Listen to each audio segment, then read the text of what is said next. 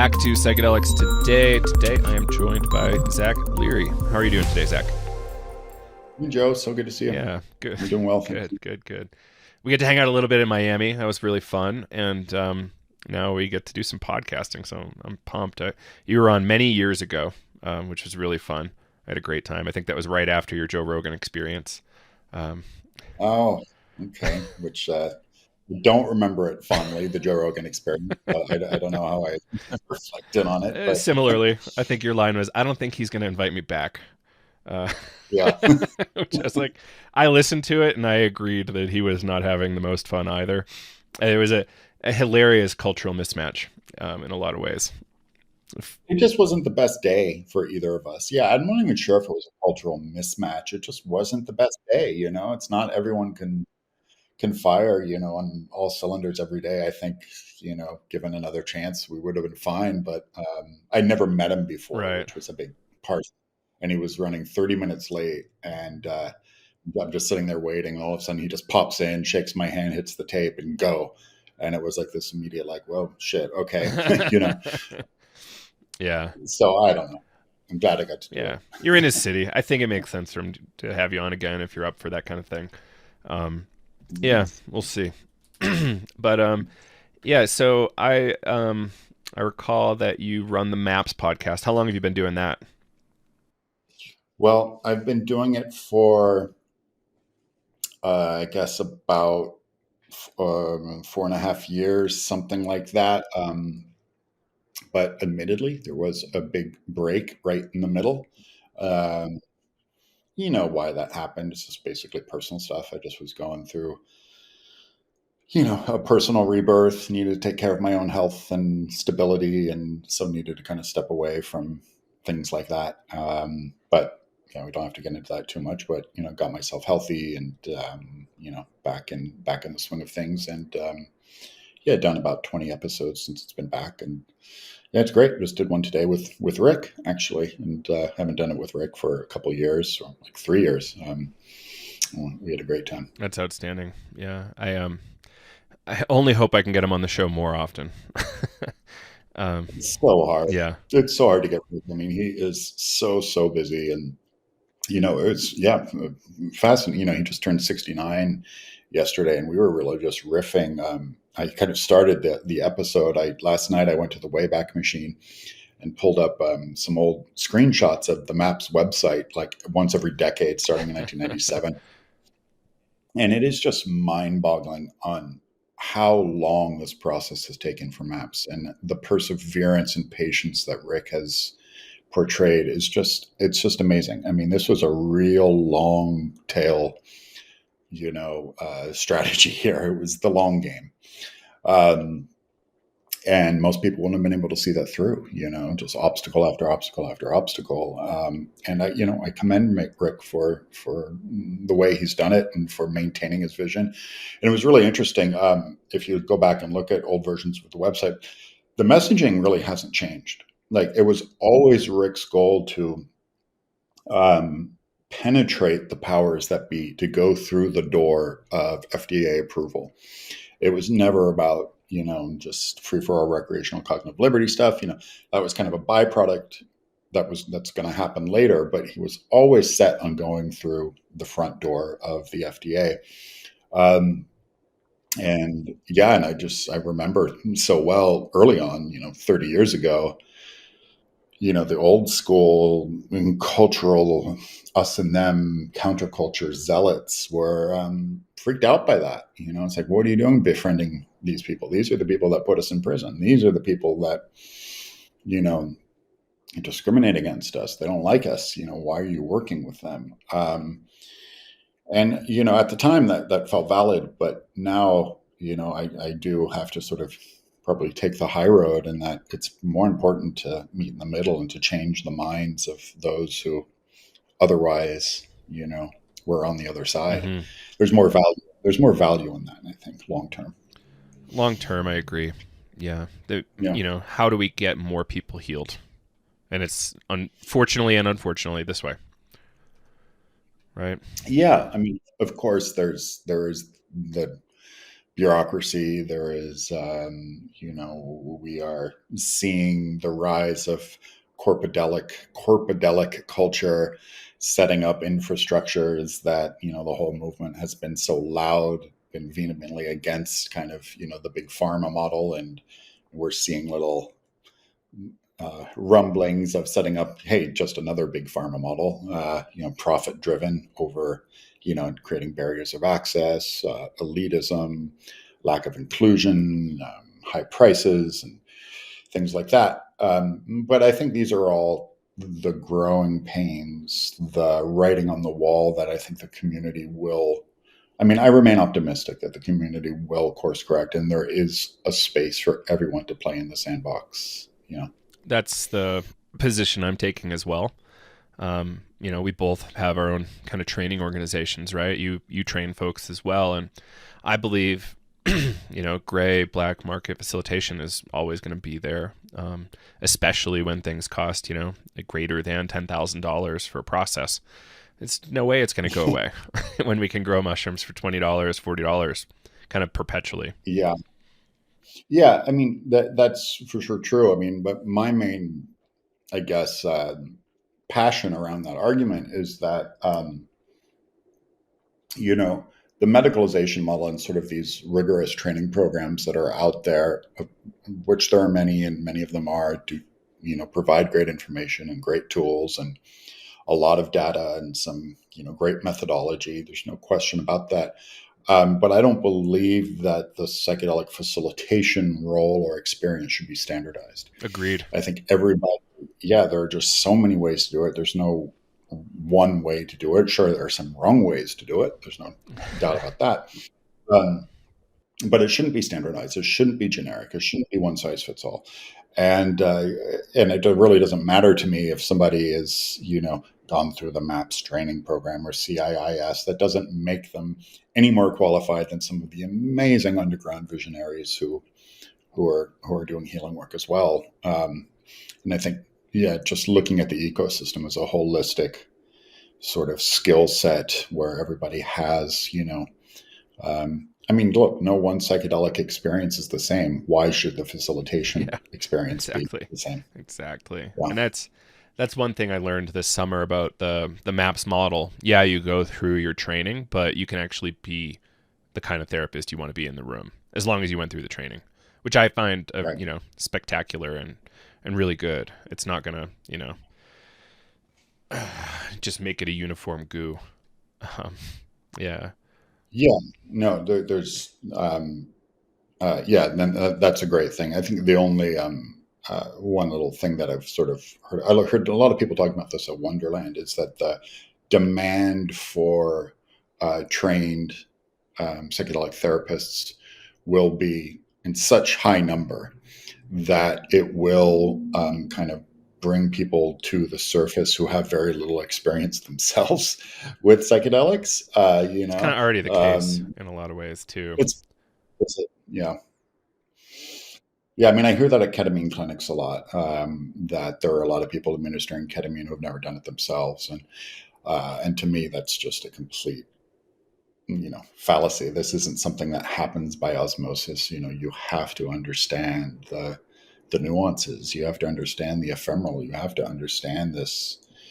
I mean, I tend to call it a mystical experience, but you have to understand what it means to have your ego, pierce the veil and to see the other side. And both on, successful journeys where you are, you've made contact with the one and you feel that sense of understanding the complete laws of everything, including yourself, but also, those who have gone through extremely challenging trips where you've felt like your identity is slipping through your fingers and you don't know if you're ever going to come back. I really think that's also an important thing to have experience. So when you're working with someone who's going through that, as I have in my practice, being able to empathize with that is essential for their own healing. Yeah. So I guess almost at 10 minutes in, but let's dig into who are you? Like, I know a lot of people do know who you are, your background, orientation, all this kind of stuff, but there's a good amount of, you're actually kind of subtle in terms of like an operator in the space. Um, but like, what's your background? Yeah, I'm not the best self promoter. It's funny when asking that question. I consider my primary teacher and mentor to be Ram Dass. Um, so blessed, so fortunate to spend so much one-on-one time with him in the last decade of his life. So much. Some just amazingly intimate, expansive, beautiful experiences and talks with him, um, and it leads me to this experience that happened. This isn't within the last 10 years of his life, but it was about 2 months before my dad died. Maybe I told this story before You in the did, but let's do podcast, it but again. I love it. oh, okay. I'll tell the quick version of it. I went into an isolation tank on ketamine, and the isolation tank was situated right outside of my dad's glass sliding door, which went on out into the lawn. And I went in the tank high in ketamine, and my dad and Ram Dass were visiting, and it was the last physical visit Ram Dass ever had with my dad. And they're my dad's in his wheelchair, Ram Dass is pulled up a chair, and they're sitting right by the isolation tank, not knowing I was inside. And I was in the tank, and if things were getting really, really hairy and kind of a K-hole, and just the darkness of the tank, and just that wonderful mystery of challenging mystery that it is. And but I couldn't take it anymore, and I burst open the hatch, and Ram Dass and Tim are about 2 feet away from me, and we're all just staring at each other. I'm sweating, and big black holes in the sky, and Ram Dass just leans into me and says, "Who are you now?" And that's really stuck with me, and that's kind of a concept that I revisited with him over the years. Who are you now? With kind of the premise and the understanding being like when someone asks you that, there's certainly what I do in the world, how I spend my time, how I spend my energy, and how I view myself as a human being and a soul, and here in soul land on this makeshift reality we call life. And I think everybody has the power to reinvent themselves, which is a really important uh, element of the human experience. I think if you get stuck and stagnant and bored, unhappy with your current incarnation, change it. And there's so much fear in the Western world to do that because so much external validation hangs upon it, and also necessities, being able to pay your rent and make the car payment, take care of your kids. These are all important parts of the game to play. But I certainly think happiness and fulfilling our own dharma, our own potential, and finding true fulfillment in what we do can be obtained at any time. um, so to answer the question, so about it's 2023 almost. In 2010, I found myself ending about a 13-year career in digital marketing. Went to an office every day, worked in ad agencies, and then worked in the music business as a pretty high level digital marketer, somewhat successful and influential. But was just one of those people, I was thrown into it by default because I got into the internet tech pretty early in the mid 90s. And it was a career I never made a choice to have. And I found myself spiritually bankrupt, wondering where my identity had gone. I grew up in this amazingly mystical, just brilliant environment. And I felt like I'd forgone all that. And just here I was going to an office every day. And it just wasn't for me. No offense to those who find fulfillment in doing those kinds of jobs. There are many great people who do, but it wasn't for me. So I was sitting in Ram Dass's living room one day, and in 2000 and early 2010, and early in the morning, and I just kind of had one of those moments, those few moments you can count on one hand in life, where I just had a download. It was, I considered it a kind of a love bomb from the Ram Dass lineage, but I just had that moment where I knew I needed to course correct because I was going to wake up at 80 years old wondering where my life had gone, and I didn't want that to be me. So from that moment on, I returned to my roots. Essentially, I started to reintroduce psychedelics after a very long break. Um, I'd done probably a couple hundred trips in my early days following the Grateful Dead around, and just highly influential. But I'd sort of just forsaken my spirituality, my own kind of Campbell-esque hero's journey, and decided it was time to do something different. And in respect to psychedelics, I was always that guy who got invited to do legacy panels. I was kind of that guy who, I do a panel and, oh yeah, you hung out with McKenna and John Lilly and Tim Leary, and tell us about that. And you met Albert Hoffman. Wow, that's so cool. And that was fine. But over, the course of time, I kind of started to realize I was finding my own voice that was different than my father's. It was different than Ram Dass's. I just felt it was my own voice, and kind of parlayed that into um, really deepening my studies within the current psychedelic renaissance, really paying attention to the medicalization model, the research, getting mentored by some amazing people, spending a lot of time talking to Ram Dass about it, and started getting involved on a deeper level and kind of leveraging a way to be of service in a way that made sense to me. So I spend a lot of time facilitating people one-on-one. I teach an online course called my Psychedelic Studies Intensive, which is essentially just an 8-week course covering the basic fundamentals of what it takes to work with others, but while also honoring the history and integrity of the culture. Um, Not just the counterculture, but also indigenous cultures. And what else? I'll start facilitating at a new retreat center in Jamaica called Evolution Retreats in January. And I'm writing my first book for Sounds True Publishing. Um, Can you yeah. tell us anything about the book? Yeah. Well, I'm kind of toying with the title right now, but the working title right now is called "And Now the Work Begins: Psychedelics in the 21st Century and How to Use Them."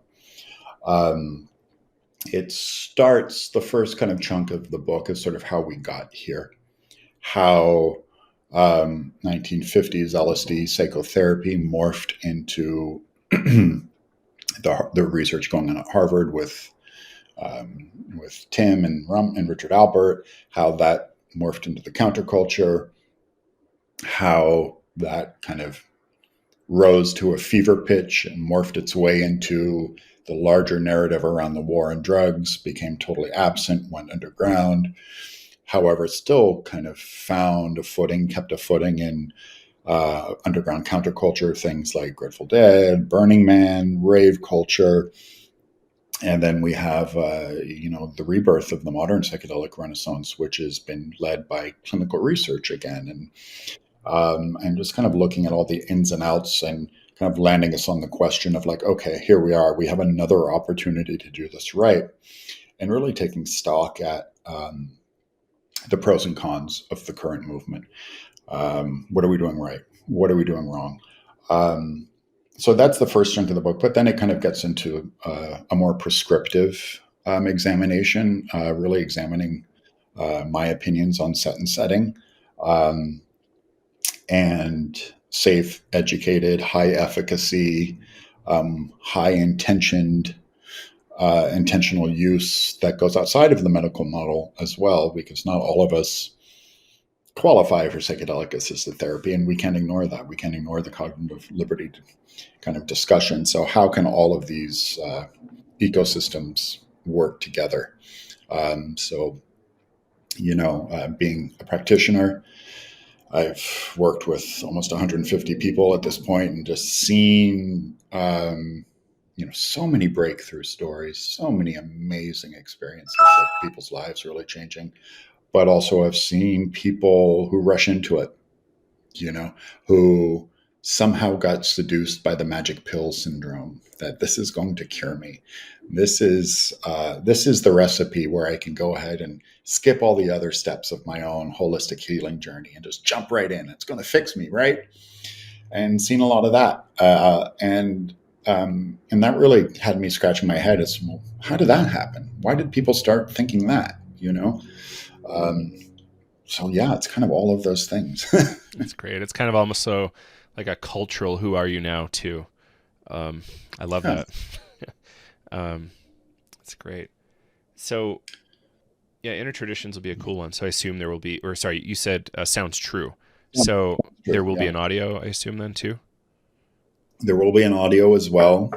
Um, I do feel that me reading my own material kind of comes across a little bit different. So that's an important part of me, which has been a really important part of my writing process. Actually, I've written many chapters of the book where the chapter, the thought starters have been me just speaking into logic on my computer, um, sort of just giving, oral dissertation commentary with an outline in front of me.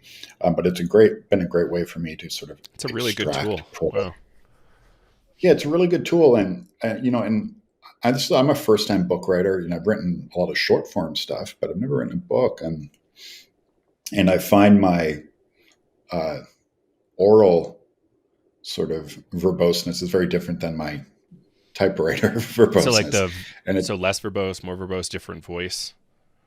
different Yeah. voice, different voice, and it's just a great way to sort of merge the mediums and sort of expand my I guess uh, toolkit within my writing abilities. Yeah. Yeah, I love that, and I'm really happy you are writing something because you've been through so much. Like your childhood must have been, like you said, wildly mystical, wildly far out. I'm sure. Um, It was all of those things and more, Joe. I mean, there's certainly the extraordinary stories and the extraordinary people, extraordinary opportunities. Were all amazing things that, here I am well into my 40s, and I can only now just sort of reconcile them. However, of course, there's another side.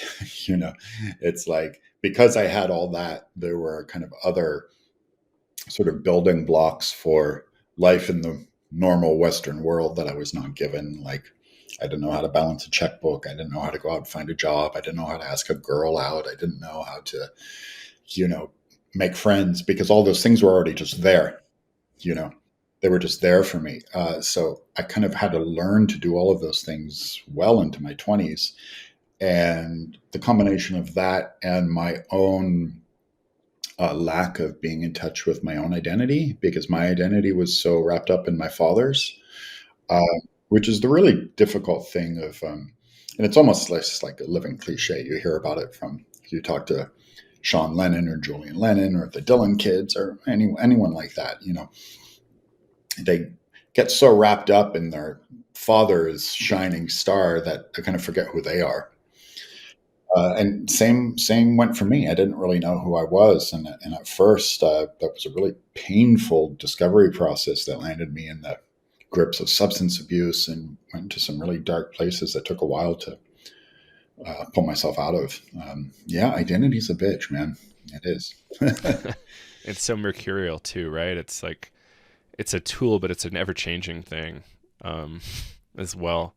And yeah, and a single strange psychedelic trip can totally just throw you into that whole identity spiral again, which is Oh my god. yeah. Yeah. Let's talk about that for a In the minute best. because people are or go with what you did. I'll bring this back if you had a thought there. Oh yeah, just to say, in the best ways. I think when I reintroduced psychedelics to my life, the first thing that really startled me was that, when we're teenagers and doing psychedelics and following the Grateful Dead around and doing things like that, we were really high dose users, big doses, 500 mics of LSD with a nitrous tank in the middle of the room with the CD player filled with Grateful I'm Dead shocked at the bootlegs or dosage. I even talk to young folks now. I'm like blown away at what they're doing. Uh, yeah, it's wild, right? But then I sort of realized that, like, the doorway into that was because I had so little autobiographical residual karmas to work off of. My life was so short. I didn't have much life. So there was nothing that could really spook me out yet.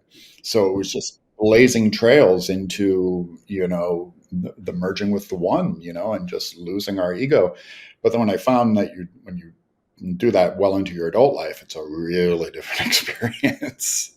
There's so much there, every conversation, every relationship, every job, every person that I'm disappointed, or all of that stuff just comes, flooding to, our sense of awareness, and it can be really difficult to navigate. Mm.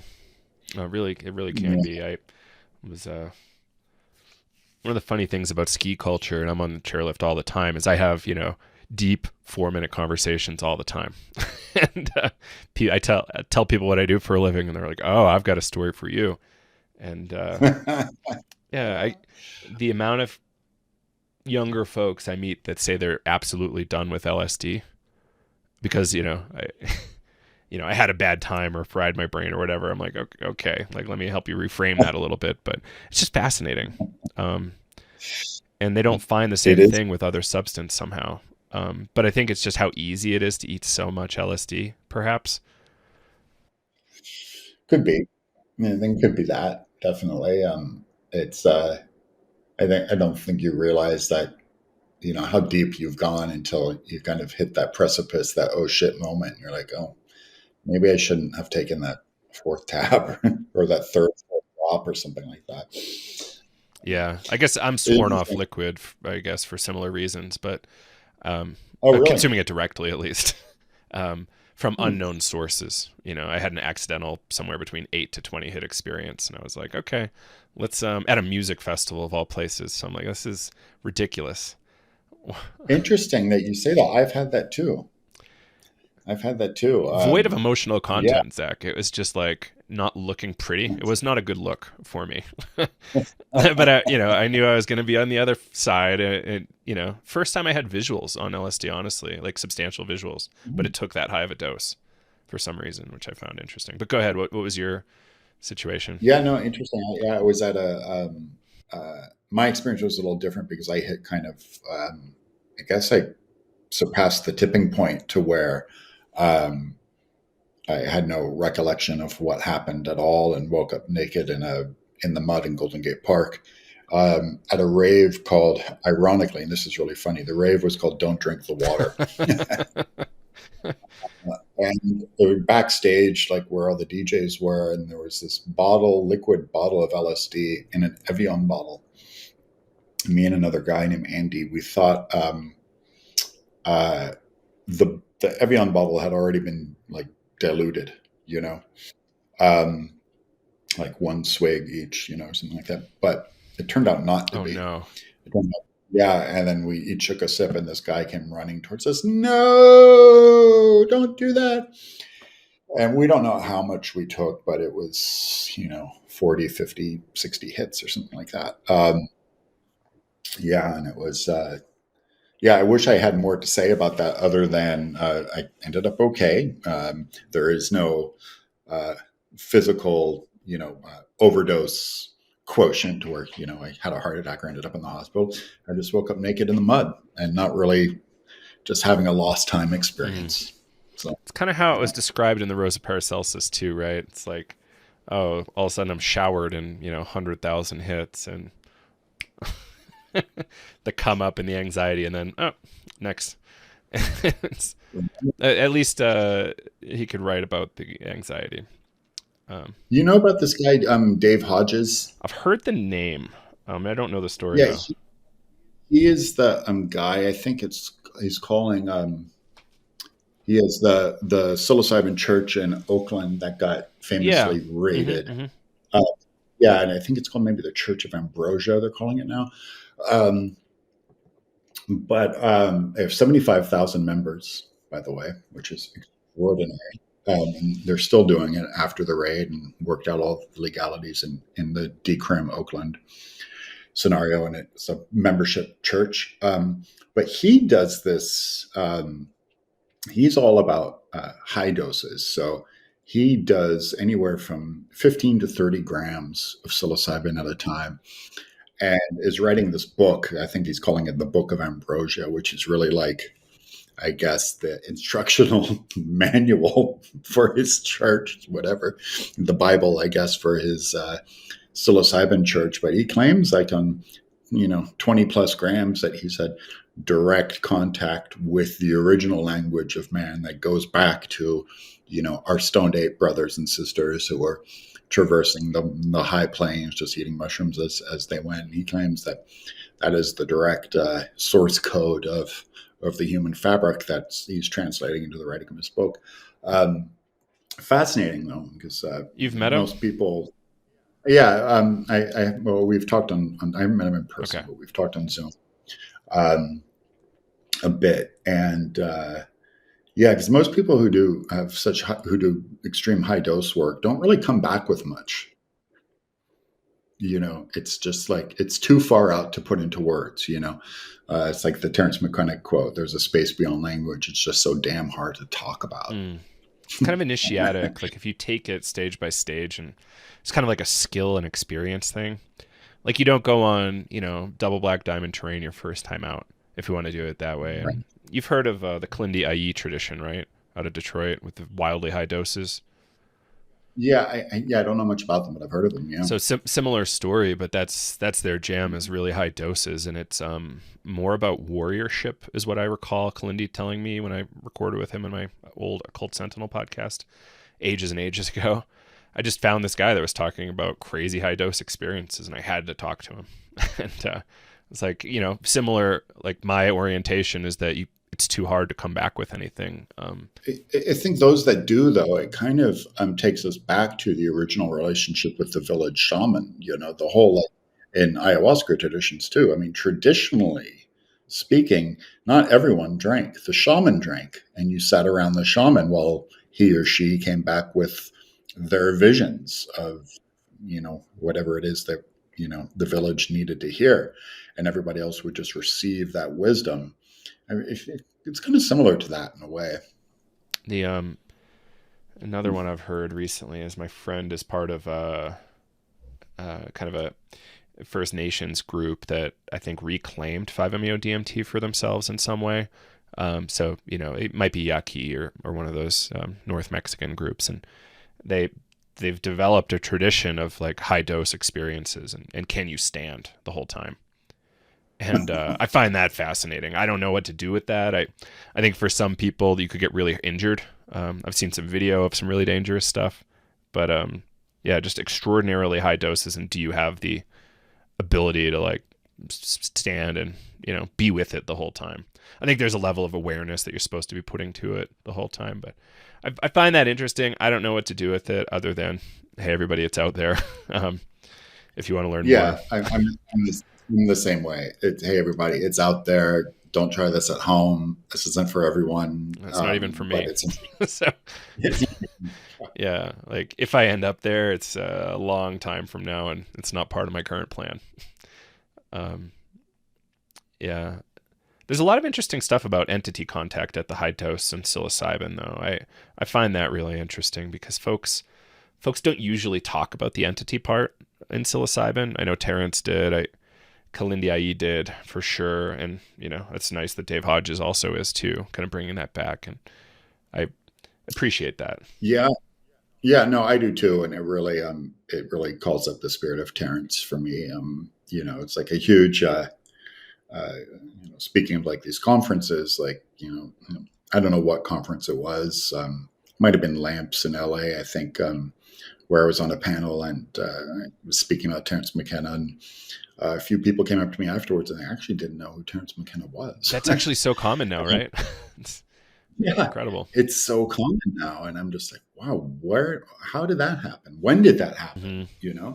Last 4 years. Michael Pollan didn't include him, unfortunately, I don't think. Well, I mean, let's face it. Michael's book was not the most mystical of all psychedelic revelatory books. Safe statement. Certainly. Yeah, it's going to change a lot of people's minds, and I'm really happy.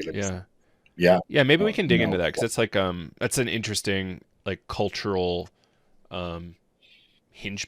I don't even know how to put that. It's a there's a little bit of conflict around the Poland topic, right? It's who are you Yeah. to come into this decades long tradition and kind of write this book? But he's a great writer.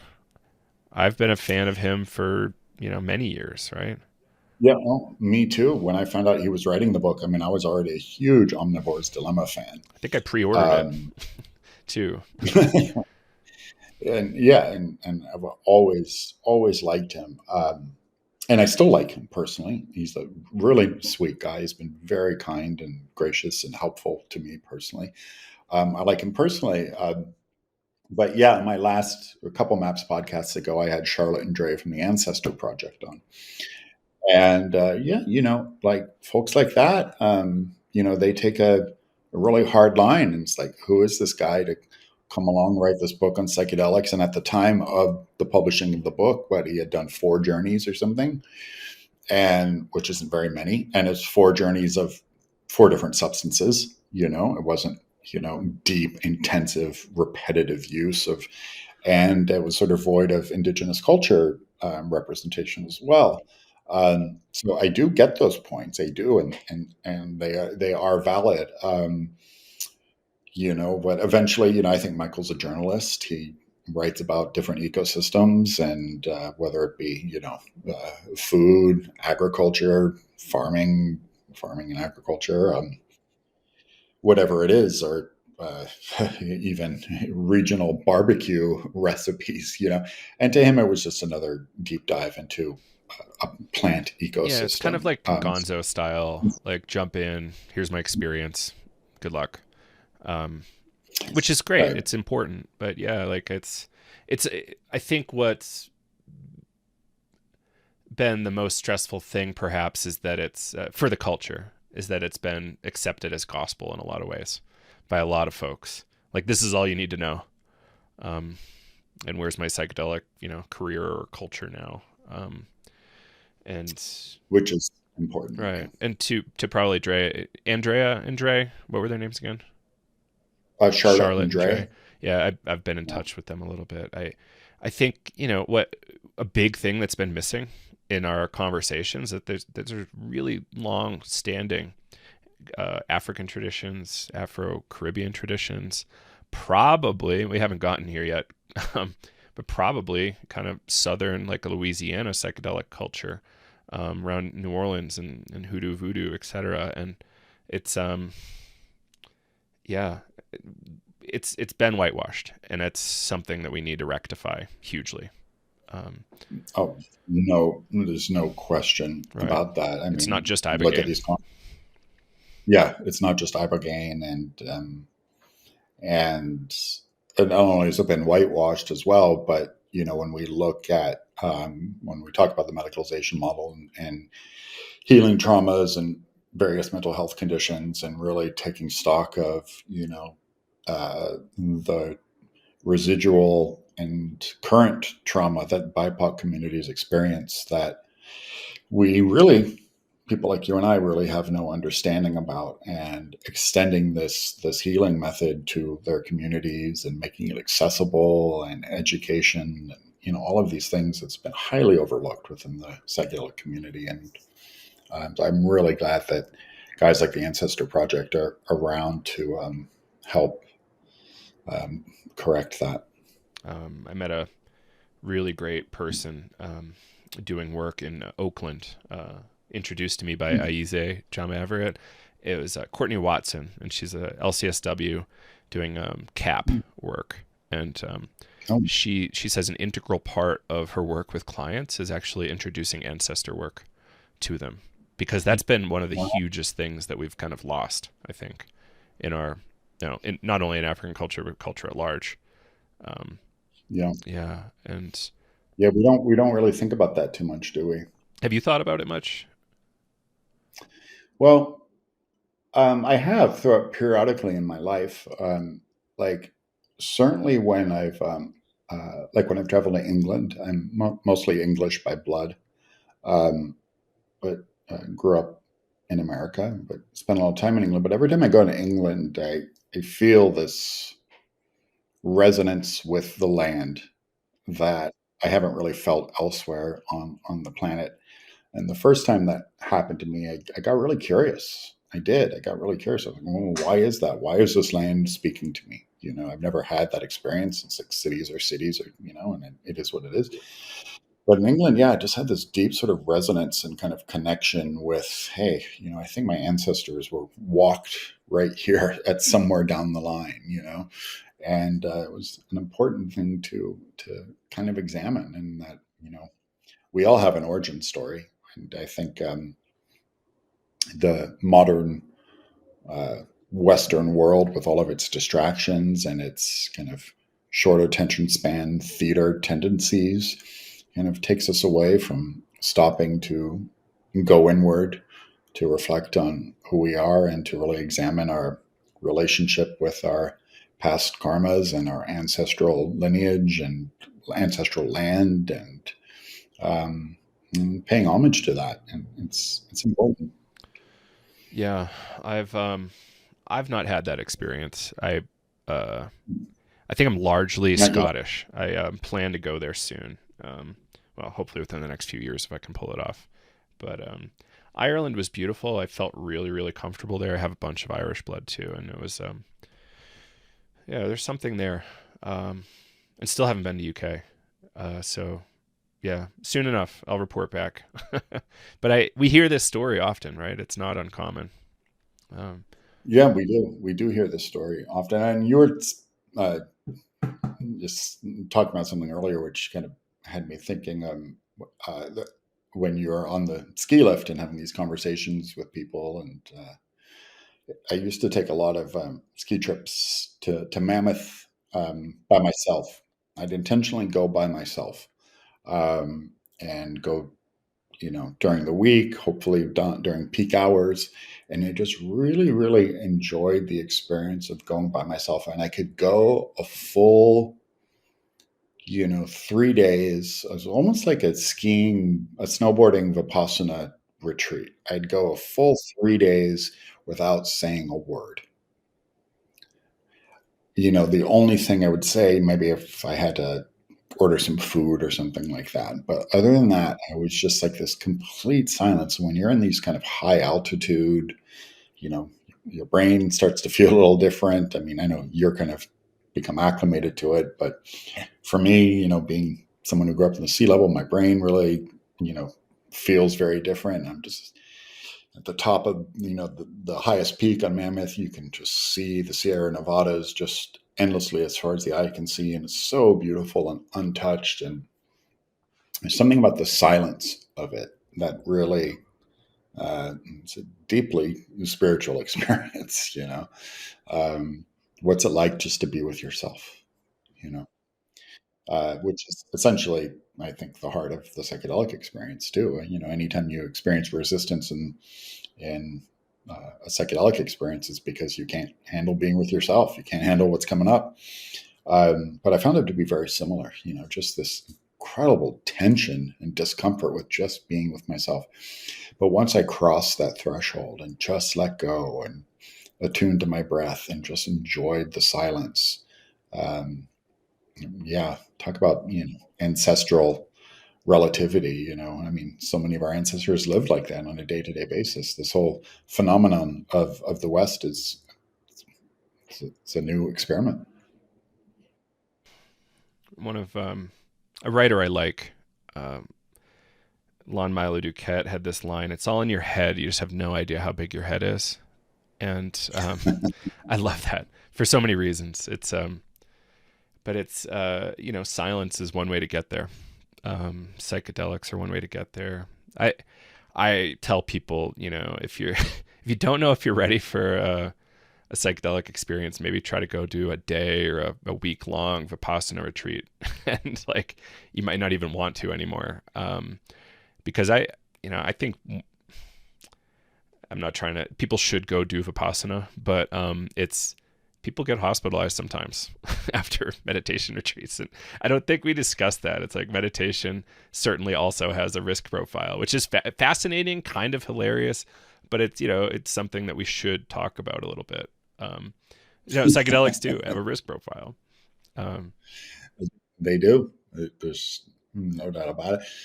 Yeah, it's funny though that it sort of becomes like a catch 22. It's like if you have to ask if you're ready for psychedelics, I don't know. Maybe you're not.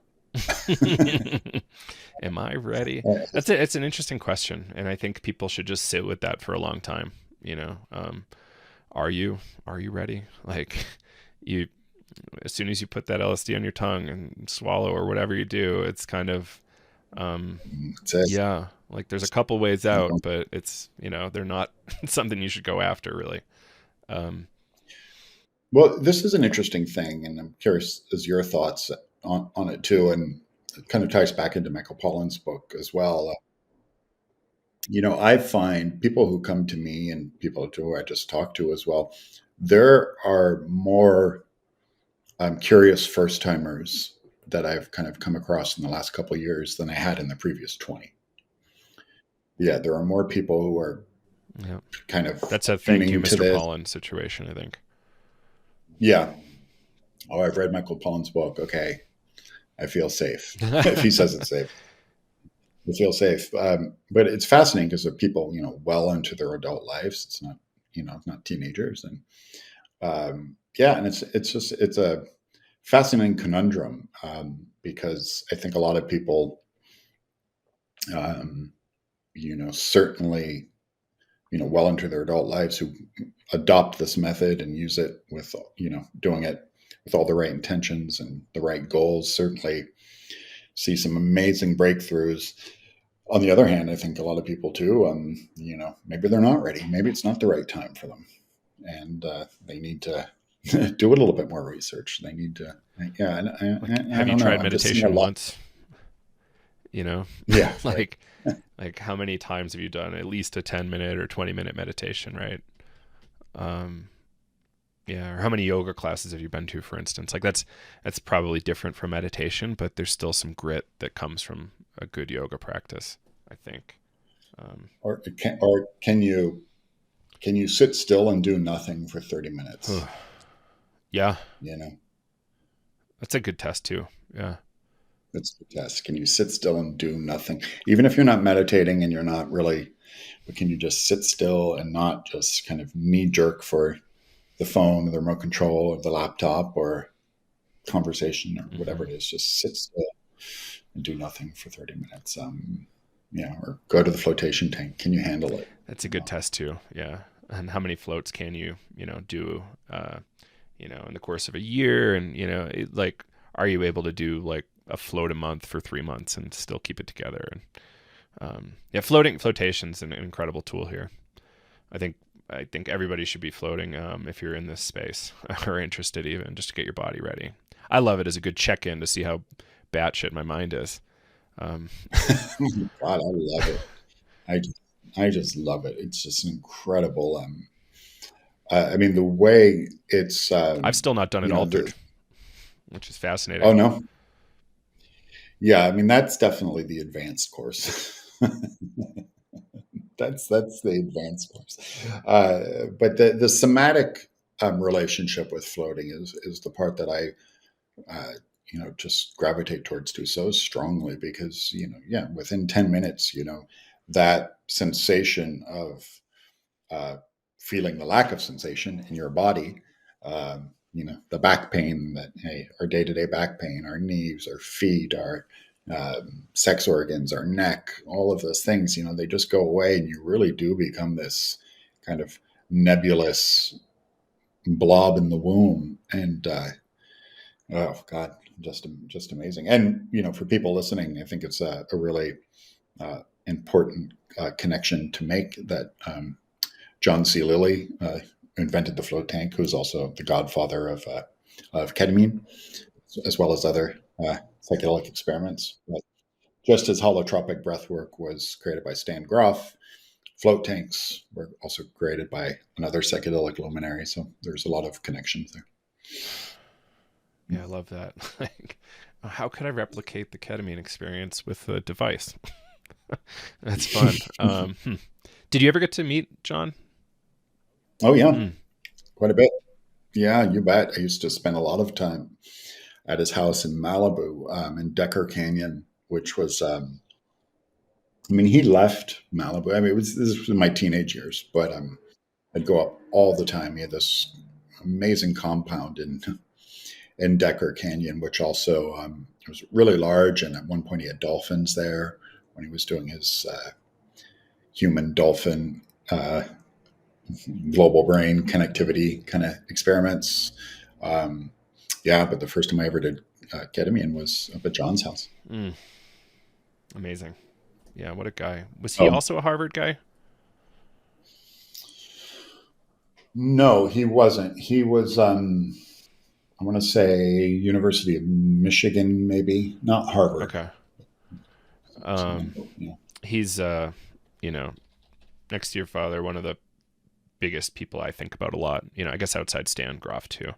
Um, just like really underappreciated in the scene, in the history. Yeah, people kind of are forgetting about him, and specifically, with the rise of ketamine assisted therapy, the roots of that really go back to Dr. John. He was the first to notice, at lower doses, how it elicits uh, psychedelic qualities to it. I'm not quite sure to this day myself if ketamine is a true psychedelic. I'm not sure, but it certainly mimics psychedelic I properties. like There's to no say doubt. dissociative anesthetic that elicits occasional psychedelic experiences. That's my safe, couched answer. um, It's the couch. Okay. yeah, I have to come up with safe language I'm comfortable with.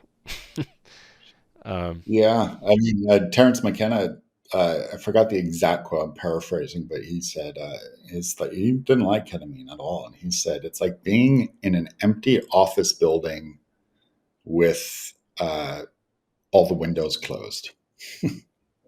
that's fair. Yeah, Yeah. I know. Oh, it's yeah. interesting. But it's what's But I know, interesting. Some people get mystical experiences reliably, and I don't understand that yet. Um, though I hope to. What is that?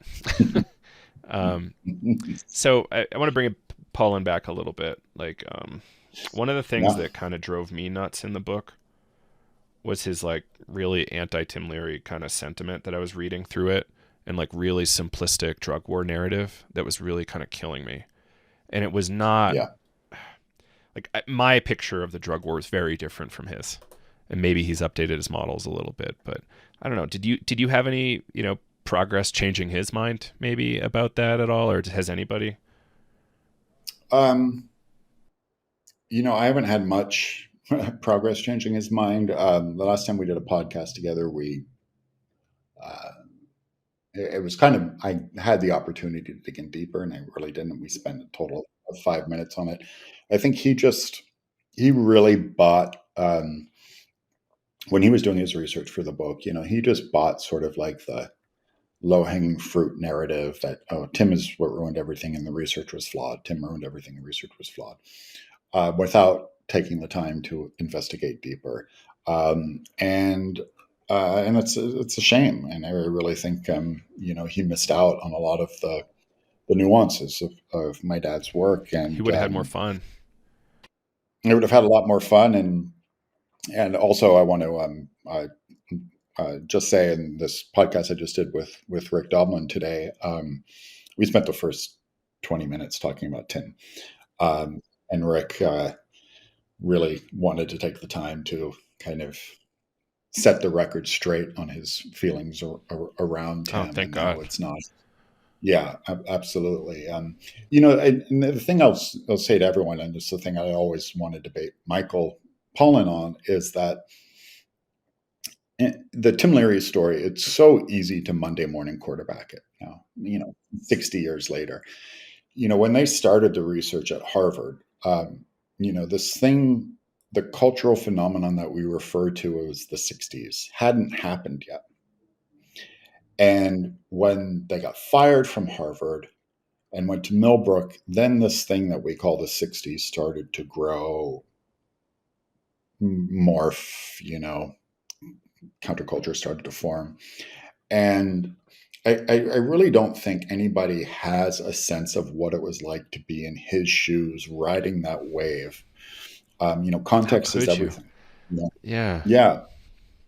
And um, the grace at which he handled being persecuted from day one. I mean, the first busts at Millbrook were early, and then the second bust at Millbrook, and then becoming, more of a political figure. But that wasn't, really because of what he was doing. I mean, it had a lot to do with what he was saying, but it really, the the first the Johnson administration, the Nixon administration, they viewed him as this turncoat. Here was this establishment Harvard professor who all of a sudden kind of giving voice and giving kind of an endorsement for these young people who are willing to think for themselves and change and challenge and question authority. And that really led him on, a life of, the next 10 years were being spent just on the run, in prison, escaping from prison.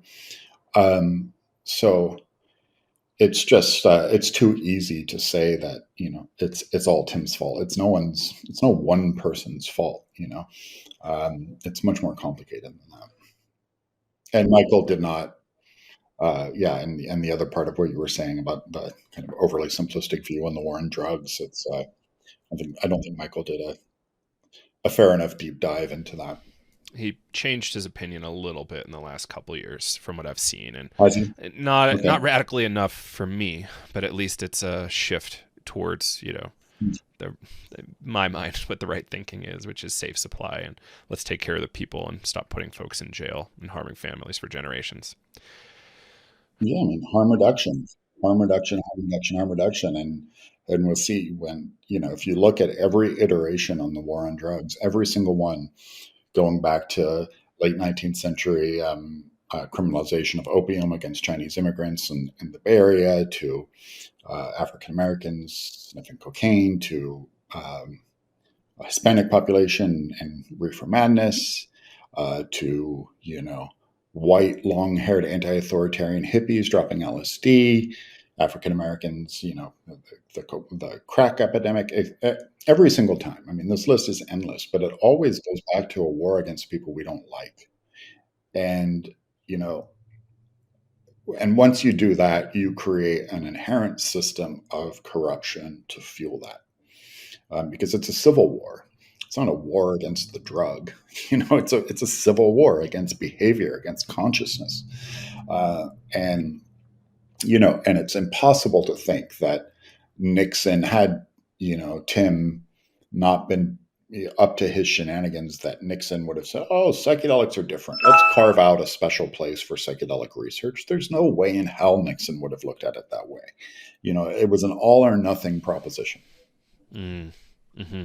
Absolutely. No, And at yeah, this point in history, like even the DEA has admitted the war on drugs was explicitly racist and just like largely huh. horrible. I think it was in an exhibit in one of their museums. Oh, you missed that one? Um, Let me try to find it for you. Yeah, and oh, I'd love to see that. And also, the CIA admits they're being complicit with like the whole freeway Rick Ross. They admitted it. Uh, Oh, thank God. yeah, Wow. Right. So like, that means that look, the crack thing was fabricated and built. The yeah, and the whole war on drugs is just an outrageous farce and lie that we were sold. So, unfortunately, I'm deep down. Well, fortunately, I guess the Robert Anton Wilson kind of like weird reality tunnel thing, and slightly conspiracy minded, highly paranoid, and I bought this stuff a long time ago, you know, and it's like, why on earth has it taken this long, and why are people still hook, line, and sinker buying thinking by the authorities? Um, it's a good question. It's a good question. I do know though, like if you look at, I think the latest Gallup poll on surveying Americans and their feelings on the war on drugs, I think it's above. I think it's hovering around 63% across all political divides feel that the war on drugs is a failure. Um, And I think the first time I went over 50% was just like about 5 years ago in that poll. So, I mean, that's really telling us that, this whole infrastructure that, for-profit prisons, criminalization over treatment, and that is a human rights issue. This isn't a political issue. It's a human rights issue. And like it or not, every single society on the face of the earth since recorded history has used mind and mood altering chemicals. And that is never going to change. I Ever. recorded yesterday with Dr. Andrew Weil, and his Oh, point, I guess he was one of the first people to write about this, is just an innate human desire to get altered through substance or technique or whatever. It's never, oh, you did well yesterday, huh? it was fun. He was the rat at I Harvard. Did do. you know I that? do. I didn't ask him about it. I felt a little bad. It's okay. I don't know. Has But he ever it's apologized or spoken about it? funny that you should ask because uh, Ram Dass had not seen him in person in however many decades. Then I was in Maui when I was living in Maui. Um, Andy Weil came to visit, and it was the first time they had seen each other in person in a long time. And I got to tell you, it was one of the few times I'd ever seen Ram Dass physically hold a grudge. Whoa. He was still pissed. I don't blame him. 50, There's a passage about his teacher here getting a little angsty, I think, in a city in this The Only Dance There Is. Yeah, like what is it when it's kind of easy when you're in isolation, but when these things that you know are your triggers come back, it's hard. Yeah, because a large part of it, a large part of the story too, was also commentary on homosexuality. Ram Dass was primarily homosexual, and the whole thing was he had a relationship with a student. He wasn't a minor, but he was a student, and yeah, I mean, and he claims that Weil's distaste for it wasn't so much about the drugs; it was around the homosexuality. With Ram Dass had to do a lot of work to crack open and be open, Mm. be out. And Will did some stuff on that. That's tough. I guess it's a sign of the times, right?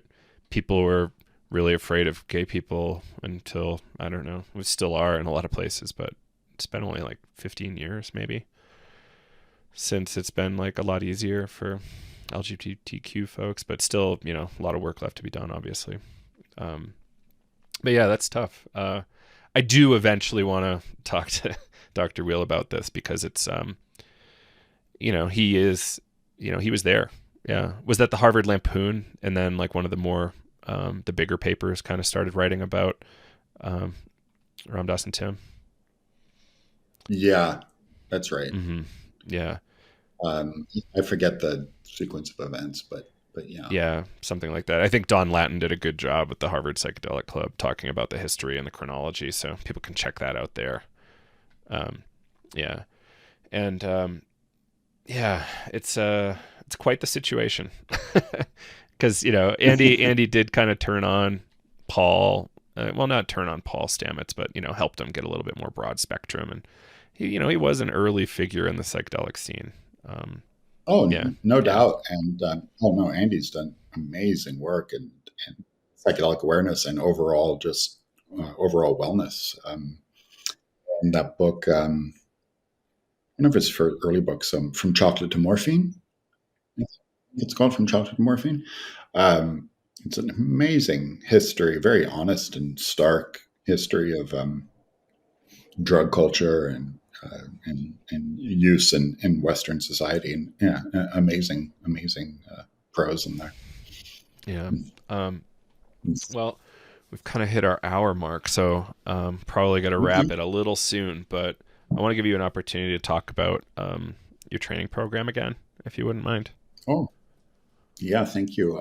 Yeah, it begins February 8th, ends on April 29th. Class meets twice a week. Each class is, 2 2 to 2.5 hours, depending on class engagement. And I just want to really stress to everyone, which is something I've only learned recently, to tell people this is not pre recorded content behind a paywall. This is live, interactive, me kind of facilitating these cohorts in real time, going over these different 8 modules that I've crafted to kind of take us through psychedelic healing. So it's a great opportunity to hang out, meet other people, gather in community, exchange ideas.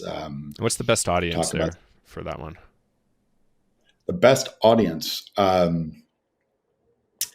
I think the best audience is people who are interested in working with psychedelics and working with others as well, who are also interested in the cultural roots, the mystical applications, the the connections to indigenous cultures, to all of our indigenous ancestral cultures, and really taking not just a psychosocial approach to psychedelic healing, but a psychosocial spiritual approach to healing. So it's, making friends with the medicalization model, but also keeping it unique, weird, and just different. Beauty. Love it. Well, Zach, this has been awesome. I hope we can do it more regularly. Because let's not do not another 5 years. please, yeah. No, I really appreciate the way you approach this stuff. We didn't even get into the jam band world, so maybe that's something we should focus on in our next one. Because well, I'm going to have you on the Maps podcast soon. We'll do it there. Oh, lovely. And let's talk. Maybe we can get you to our conference at Convergence in LA. That would be really fun. Oh yeah, please let me know so I can book the dates. I'd love to. Yeah, fantastic. All right, Zach Leary, thanks a ton, and until next time.